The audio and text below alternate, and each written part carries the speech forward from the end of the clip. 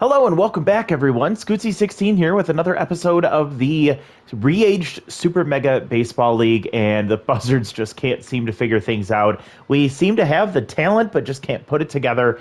And so I think this offseason we're going to see things go a little differently for the Buzzards here. I have decided to make a change on what I originally planned, and that change is I'm not going to lock myself into Chemlock here. So I'm not going to do a Chemlock. We already see that on the other channel. I think the big draw here is the fact that we have players that are ones we're used to seeing that are re-aged. You know, a young Sturdy Woodman, a young Jose Tremendo. Just want to see those Brick Towers. I've been really enjoying to see him develop and see him continue to get better. I want that to be the draw of this series, so I am not going to worry about chemistry, but I do have a plan, and I kind of want to build off of where we are right now, but it is going to require some pretty big changes. So I have scouted out the free agent pool, and we will get into that here in just a second. But before I go any further, I think it's a good idea for us to do a quick recap on what happened at the end of last season. We were pretty much teetering around 500 for most of the season. We had a chance at the end of the season with, I think, about 3 games left where we were sitting in the number 1 spot in the division, and we lost 3 straight games, just completely faded down the stretch. Super frustrating.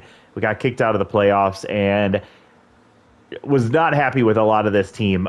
We did a lot of rolling the chances of some players to come back, and I do have plans to get rid of a lot of these players, but unfortunately, casualties from Snag Roper, I'm kind of fine with him being let go. He did really well in season 1, struggled mightily in season 2, and I think those dollars can go more valuable somewhere else. Jose Tremendo, that was just on me. I shouldn't have rolled. I should have just given him what he was asking for. It was still like a 90+% chance to bring him back at what he was asking for or what he was currently getting. But I took the chance and it backfired. So we'll have to pay up a little bit more to try and bring him back if we decide to do that, which is part of my goal. But the main thing we need to do here, the starting rotation did not work. Didn't matter who we had in here. Didn't matter the talent level. These players were not getting it done, and so we did have to scrap some things. I did throw in Montgomery Maple Ripe there at the end of the season as a quick, cheap bring in for the last game because we knew we were throwing that one away, and so we saved a little bit of extra money to bank up in our PDO funds. But that's a recap from last season. Briefly, I do want to take a quick look at those that retired last season. So let's go ahead and take a look at our retirements. We have Seb Swolson retiring at age 32, Tig Tantrum at 40, Lester Bronco out of the league at age 39, Nance Tools, same age there, Charlie Best at 38 years old. You can see some big names that are available in the free agent pool, but again, the ages have been shuffled around. So normally you would see, Sakta Song here or Hurley Bender in year 3 and think, oh yeah, let's bring them in. But they are a lot older and they're still expensive. So it may not be a good idea to pay for what they are asking for. But let's take a look at what I do plan to do with this season. From who's on the roster right now that I want to bring back, I am planning to bring back both of these catchers. So we're going to keep our catching tandem there. I plan to bring back Sturdy Woodman. I liked what I saw out of him, and I think he can continue to develop. I like him being younger and a solid bat on the at first base. We will have a brand new infield everywhere else. In left field, the only one coming back is Geronimo James. I do plan to try and bring back Jose Tremendo. And that's our starting outfield, I should say. I also plan to keep Ricky Kwan here so that we can have that great defensive option in all 3 outfield positions. Heading to the starting rotation, Malcolm DeJesus is going to be our ace, and he's going to stay here. But I have a couple of pieces that are going to be brought in to help try and revamp this starting rotation into something much more respectable.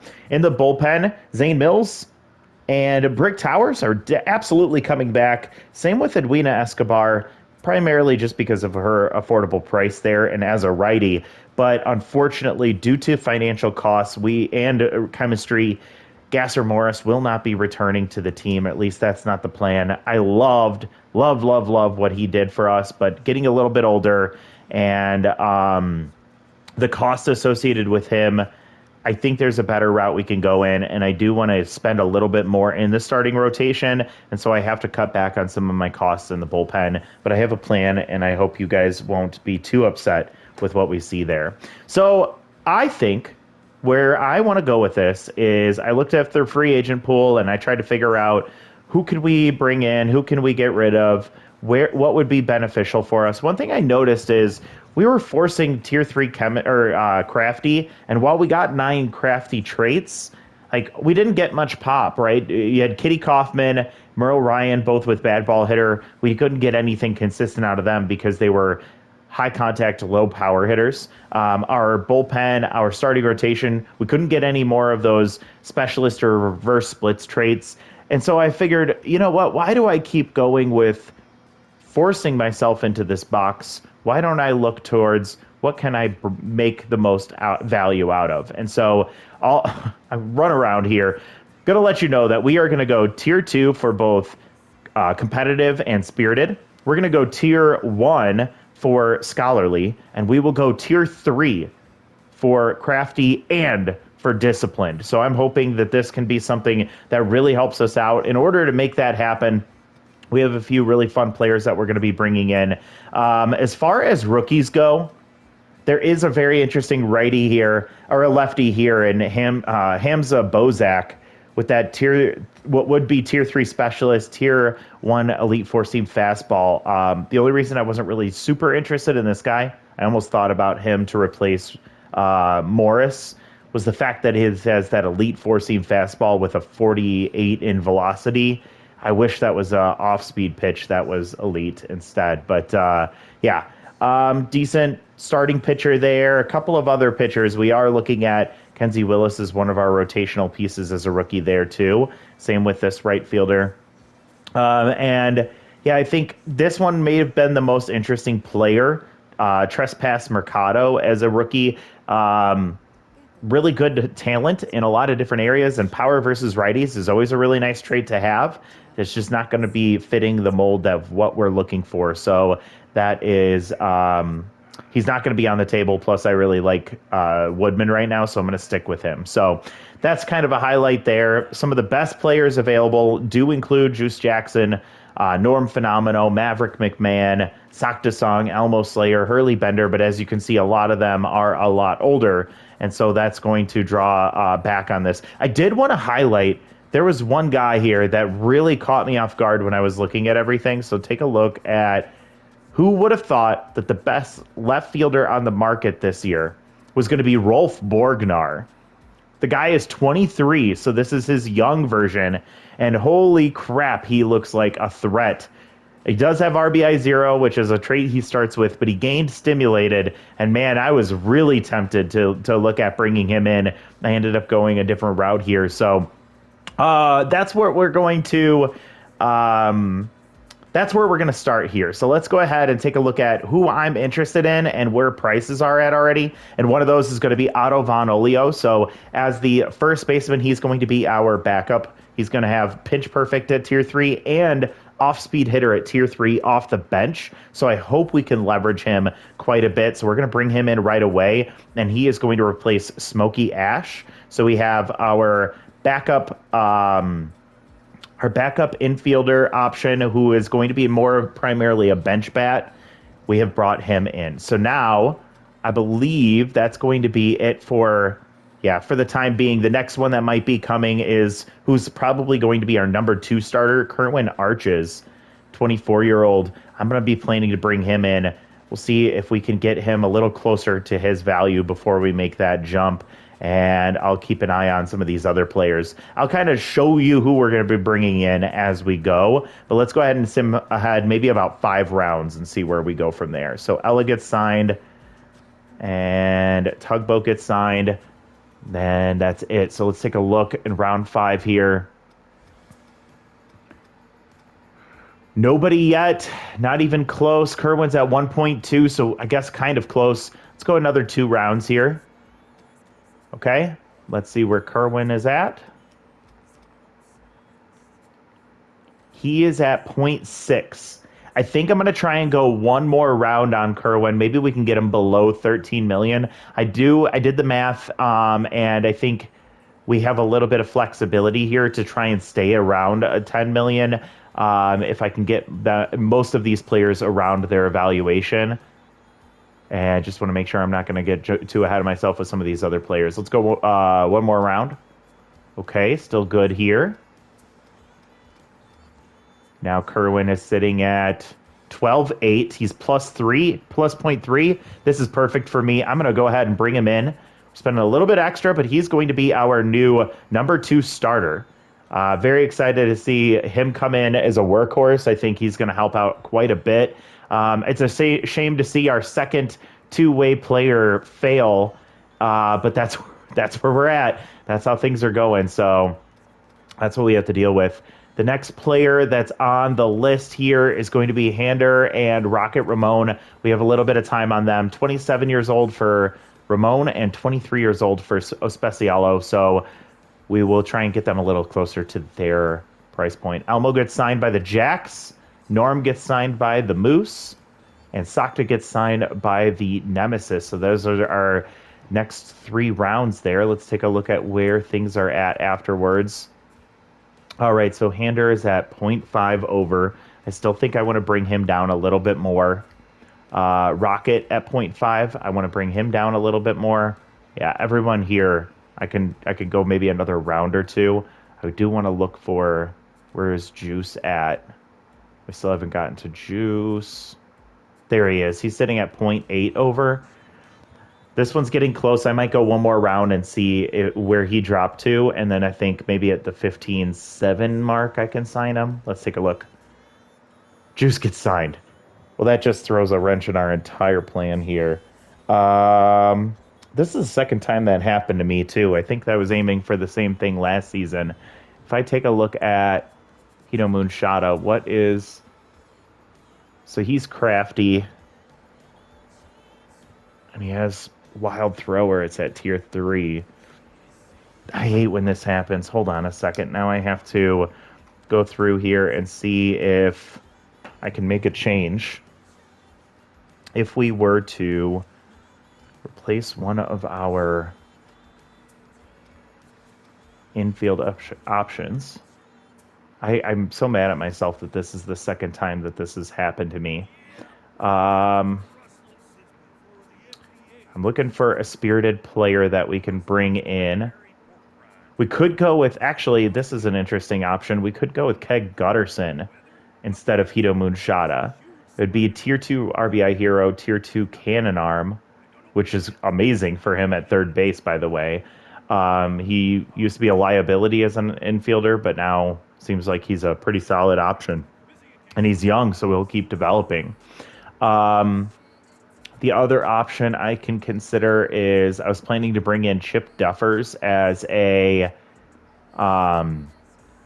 him and Herrera will be our back and forth at second base. Both are flexible infielders, and they're both young. I could bring in Joel Bean here as our infield backup option. Instead of Duffers, keep Hito Moonshada. I think instead I'd rather go with Keg here. I think he is more intriguing to me. And it'll be a lot more money flexibly than what we have right now with what we would have had with Juice Jackson. So this is a downgrade for sure, but I think it's still doable. Now the question is, do I pay for him at 0.6 over? I think I do. I think it's necessary to bring him in now so we don't miss out on our pivot option here. So Hito for... or Keg for Hito here is going to be the option. We save some money, get a cannon arm instead of a wild thrower.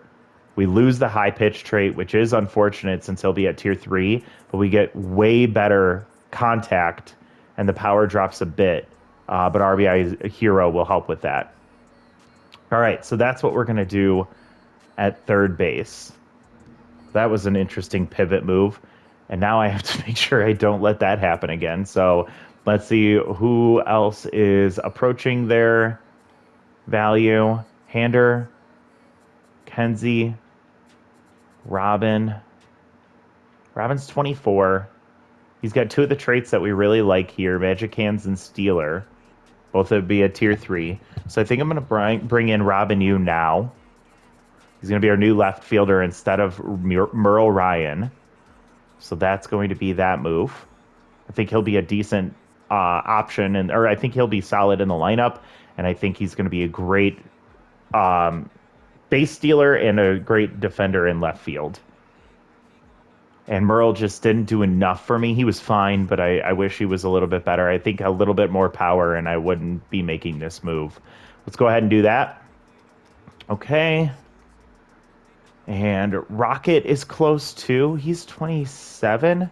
I think I'm going to bring him in too because he is another one of those that like there's not a lot of there's not a lot of backup options in the bullpen. So we're going to make this move before we run into a problem. So spending over a little bit more, but I think we'll have enough room in our budget to do so. Again, we have to say goodbye to Gasser and Morris. We appreciate all of the work you put in, Gasser, but unfortunately, this has to fit into our chemistry strategy, and we need to shake some things up. So I'm hoping that ends up not backfiring on us. These two I'm going to wait one more round on.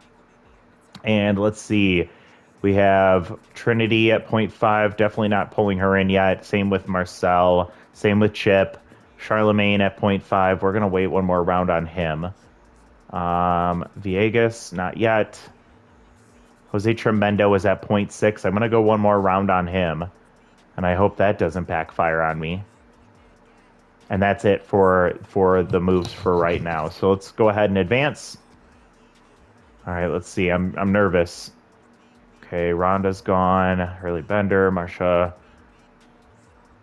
Okay, go. All right, cool. So I think we're in a good spot now. Let's go ahead and start bringing in some of these players that we know we're going to be bringing in. So we have Chip and Marcel. They're both at just over their price. I might be bringing them both in just a second here. Let's move past them for now. Alonso is at 0.3. I'm probably going to end up spending on all of these guys right now just to make sure we can lock them in. One we're for sure doing is going to be Jose here. I'm going to overspend for him. He did earn it after his rookie season. I hope he can build off of that versus what we saw last season as he struggled a bit. Still going to be our cornerstone player, and so I guess I should have made sure to pay him for it. Charlemagne at 0.2 over. I'll probably do this since he's 22. That'll replace Fabio Fabulo. Can't get any worse. And then Kenzie here, she's at 0.1 over, so she's pretty much right at her price point. Let's go ahead and bring her in. And then I have to check and see. I think the only other one I need here is Andrew Specialo. We're going to bring him in. He's going to replace Grecian Lupton. So Grecian's not coming back this season. There's that move. Now, the only moves we have to make now are the 2 second basemen, which I think we can afford to do this. So let's go ahead and replace Kitty with Chip.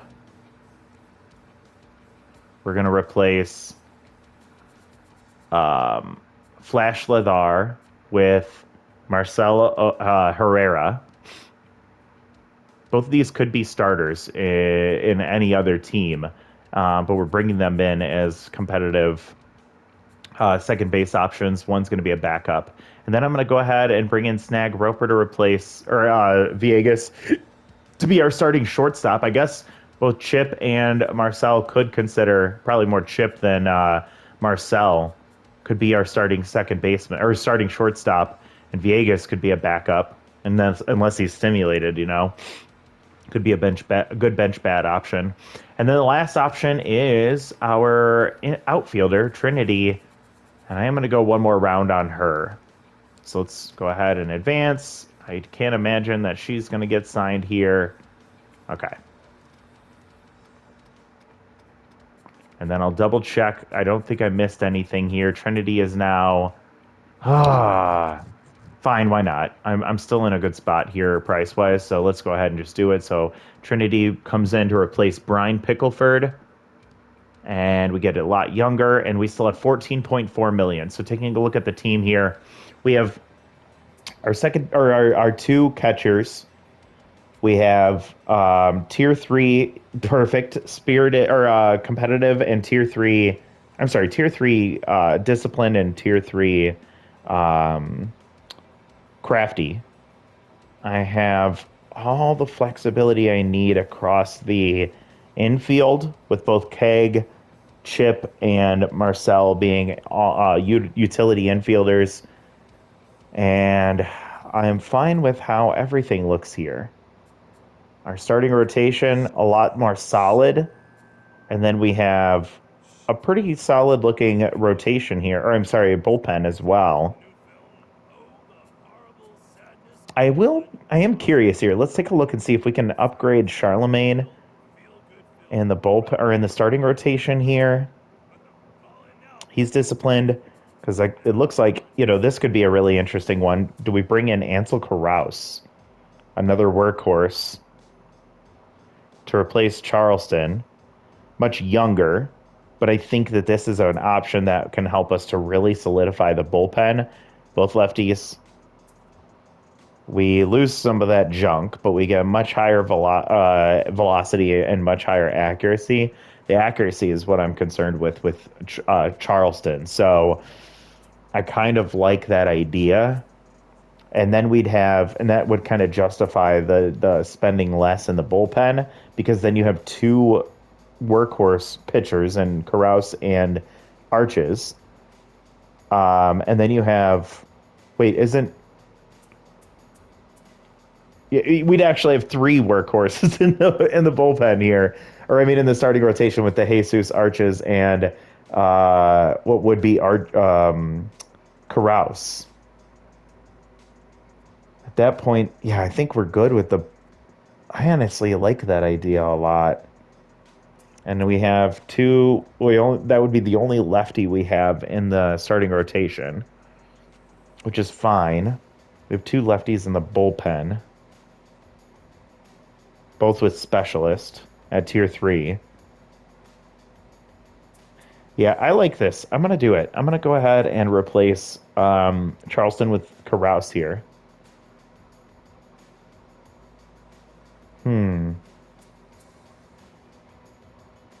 Or do we go with... No, I don't like the tier 3 falls behind. I do like the tier 3 composed. Oh, no, I can't do that for the chemistry structure. So if we do that... And I know you're looking at this trait breakdown, and you're like, okay, dude, but you have now would be 9 competitive traits, and you're not at tier 3 competitive. I think that this is fine. I think that what we're getting out of this is competitive in my eyes is a good tier 2 trait setup, where most traits are great at tier 2. They're phenomenal at tier 3, but they're great at tier 2. And I would say if there were more cake collectors options available in like the pitching staff, then I would maybe consider bringing in more competitive players to make that work. But we weren't going to go tier 3 competitive anyways. So I'm just going to bite the bullet. I've been sitting here looking at it for too long. We're going with Ansel Carouse instead of Charlemagne Charleston. So honestly, we could say thank you to Juice Jackson for getting signed early. That ended up allowing us to go with Keg here, tier 2, RBI Hero and Cannon Arm, and then get us another workhorse, which looks pretty crazy, doesn't that? 3 workhorses in the starting rotation. I hope that's what we need to be successful next year. I also hope that you're all okay with the fact that I did pivot away from the Chemlock idea that we were talking about. I just think that we've done that before, Tier 2, tough out. I think Cannon Arm at tier 2 is perfect. We have it for Tremendo and Gutterson. First pitch Slayer for Chukov, I don't really care about. Woodman's durability is not, it doesn't matter at all. We'll get tier 3 Steeler here on a backup, but our primary starter in left field is going to have tier 3 Steeler. Stimulated at tier 3 will allow Viegas to be a really viable player. Tier 3 on specialist. We still don't have that many crafty traits here, but I still think that this is a solid upgrade for us. I guess we could look to do, is there another option to replace Herrera here? And you could say we could go with Kitty instead of Herrera. Bring her back to have that bad ball hitter. That would drop us to tier 2 in discipline. Let's look at the discipline traits. This actually kind of didn't go the way that I wanted it to as far as discipline goes. The 4 traits, 2 of them are on our backup first baseman, and then it's Magic Hands from Chip and Robin. So I guess we don't need it to be at tier 3 disciplined. Let's see what we can come up with here. Are there any good options to bring in? Any good discipline traits?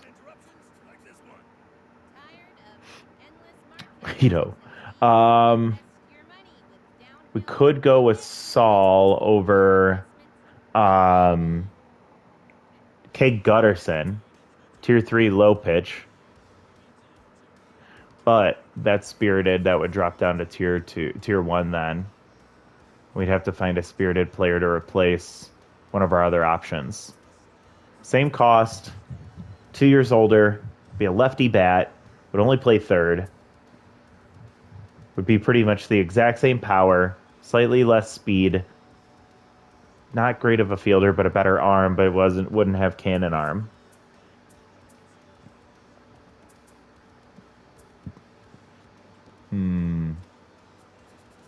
What did Cade do this in his career so far?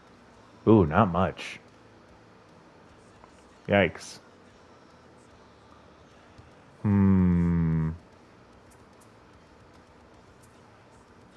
This is tough now. I feel like I pretty much was aiming for the tier 3 off-speed hitter from Juice Jackson. And that was the main reason I wanted to go tier 3 for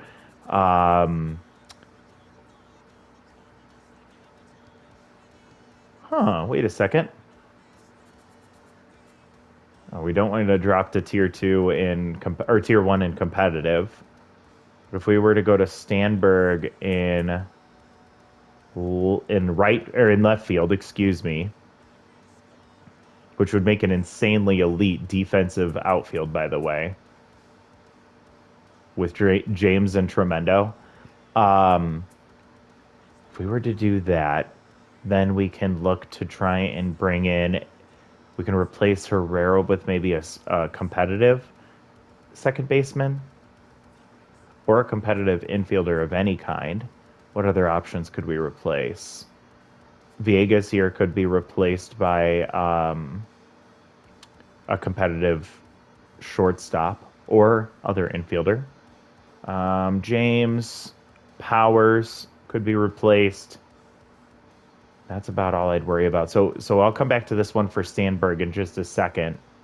If we were to bring him in, let's take a look at our infield options here for either second base. I'm looking for competitive.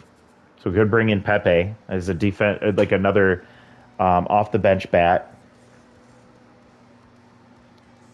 to replace Herrera. Or if we look at shortstop, there's not a lot of options here. Ooh, Carlton. That'd be big spending there. Or Snag. Man, Ham is old. What's Carlton's cost? If we bring Carlton in instead of Viegas, that gets really expensive. Oh, wait. What am I doing? What am I talking about? Why am I decreasing disciplined if I'm trying to bring in... I would have to find, what am I trying to do here? If I were to bring in Stanberg for Robin Yu, then I need to get rid of one of my spirited players for a competitive player. So spirited would be Rocket, or Keg or Jose, and I'm not getting rid of Jose. And then if we go to Keg, this is where things get a little wonky here. So let me check time to make sure I'm okay. All right, cool. So I could bring in Stanberg for you. If I do that, I could get rid of Keg for Saul Morgan. Bear with me for just a second. So I would go up to an extra disciplined player, but I would be back to 3 spirited players. And then I would still need a competitive player. So at that point, then I can look to replace Herrera with Carlton.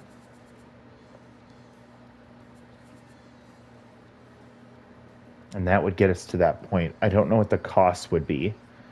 Let me write these down. So if I do, let me do the math here. So I'm at 12.6, and then I would get rid of 4.6. That puts us at 8. So that's that move right there. And then I'm pretty sure it was 1-for-1, the same cost for Morgan for Keg. Yep. So that doesn't change. And then the cost of Stanberg for, oh shit, that was close. Double punch there. Then that would be 7.1 in surplus, but we have 23 million in PDO funds, so we could afford that to spend a little bit more. That would make our starting shortstop Carlton Starr. That would make our starting third baseman Morgan, and that would make our starting left fielder Morton Stanberg here, which would look like this, with tier 3 high pitch, tier 2 cannon arm.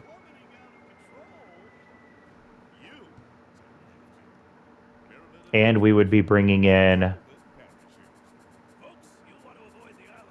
Saul Morgan with tier 3 low pitch for Keg Gutterson. I think I like this. I think that this is better for us. It gives us a lot more talent. I think it raises our floor up quite a bit too. And we keep Villegas as our backup option now. He's not a starter, which I think is good, and he's stimulated on the bench. Then Chip Duffers would be our starter at second base, which I could deal with that. And then Herrera was only here because of that disciplined, and he's a bit younger, but now it's a little bit more valuable. So let's do it. So we're going to go Keg. Gets replaced by Saul Morgan. That's a bummer, Keg. I like you, but I think this is a better fit for us. Then we're going to go with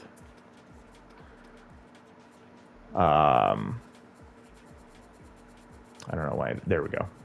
And we're going to go Morton Stanberg will replace Robin Yu.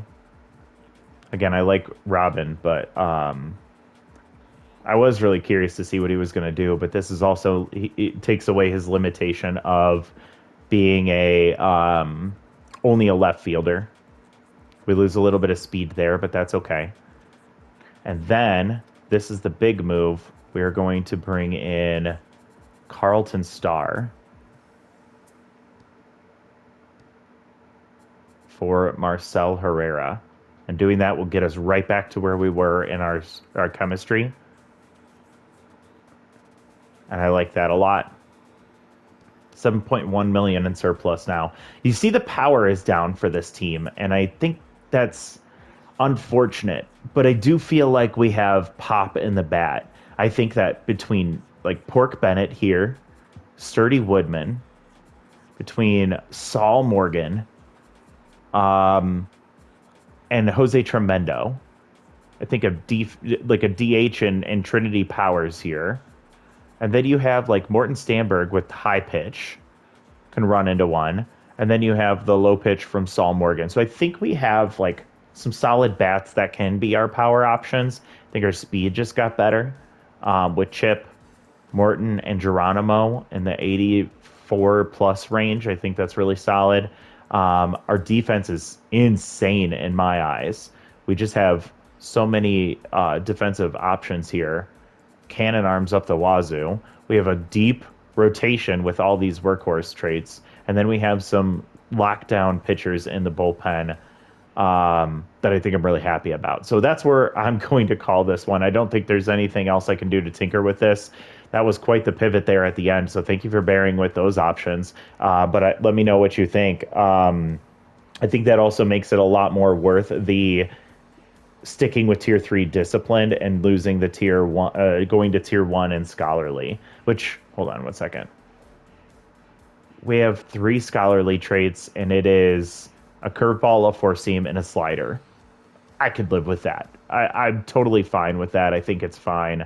So we'll live with it. It's like they don't have those. It doesn't hurt anything, and we're not missing much at all, except for maybe that four seam out of Ramon's hand is not as impactful as it normally would be. Let's go ahead and skip to the end of the off season.